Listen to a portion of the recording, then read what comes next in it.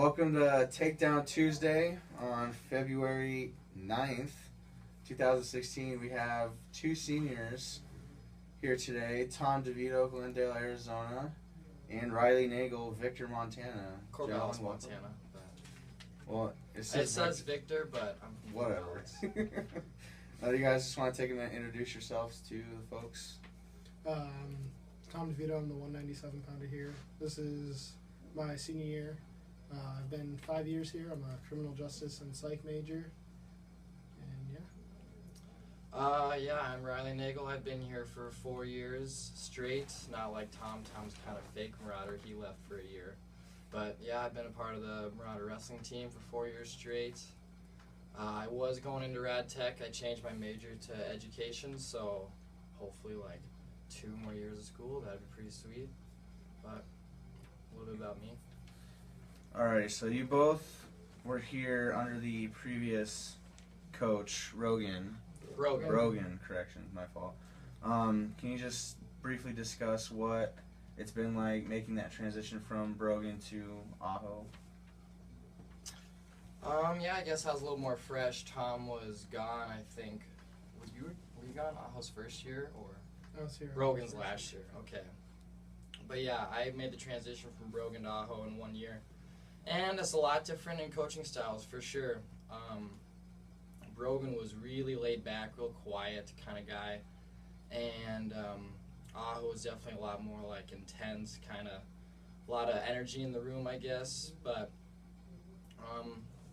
yeah, I don't want to say like one coach was so much better than the other, but one thing Ajo brought to the table was recruiting, and that was a big step, getting a lot more people in the room. When I came in as a freshman, it was just me and one other guy, and that guy ended up quitting pretty quick into the semester. So yeah, just having a lot more buys in the room has helped. That's the difference between Ajo and Brogan, and a lot more young guys, that's for sure. Filling a full team, that's a huge thing. I don't think any year we've actually filled a full team since I've been here. You have a lot of little guys now. That was our big problem before. Recruiting's definitely a big thing. Like he said, he came in with one guy. I came in with 2 other guys, my brother and then a guy named Brock Crum. We were the only 3 recruited. But recruiting's a big thing with Adam Ajo being here, and it's taken the program into the right direction.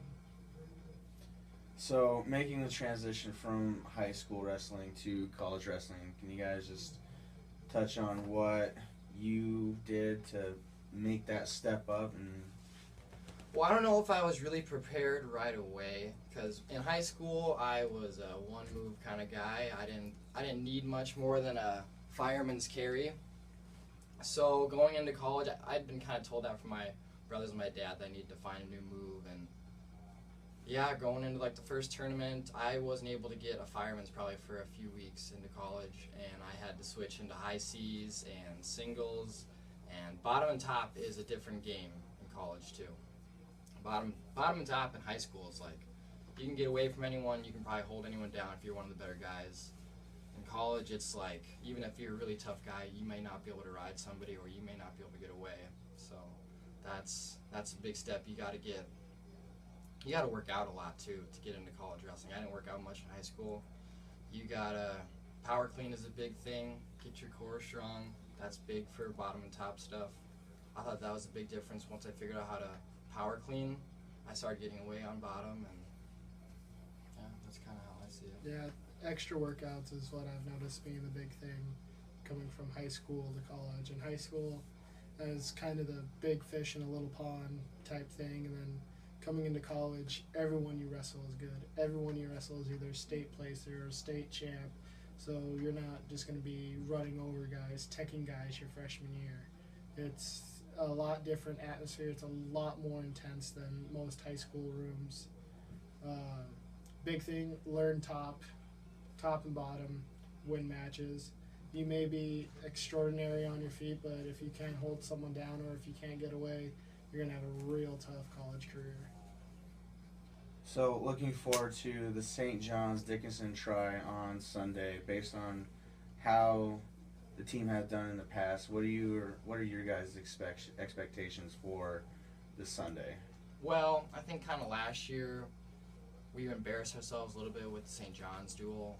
We were expecting to come in and, I don't know, take control of the duel, and we ended up losing that pretty bad. And I think this is like a redemption kind of year. In the past couple years, just building up the program, it's been kind of hard to get a lot of duel wins, and I think this is kind of our first year we're actually having some success, and I think we're ready to kind of take on St. John's again. And Dickinson, I think they're actually kind of supposed to be tough.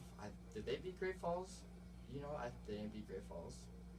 But, no, that was a close duel for us, and so I'm excited to see what kind of competition we're going to get there. I'm confident. I think a lot of us are going to go 2-0 probably this weekend, a lot of wins for the team.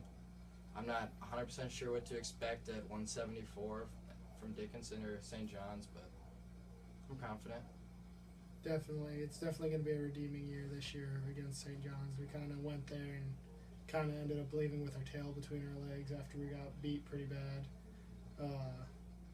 Definitely looking forward to dueling Dickinson. We usually don't see Dickinson because they don't wrestle till second semester. We don't go to any tournaments second semester that they'd be at. So it's definitely a different look for the team. Get us not necessarily away from our region, but give our guys some different looks going into the regional tournament and the end of the season. All right, well, thank you guys. Thanks for joining in on Takedown Tuesday for February 9th. Check back next week for more Marauders info.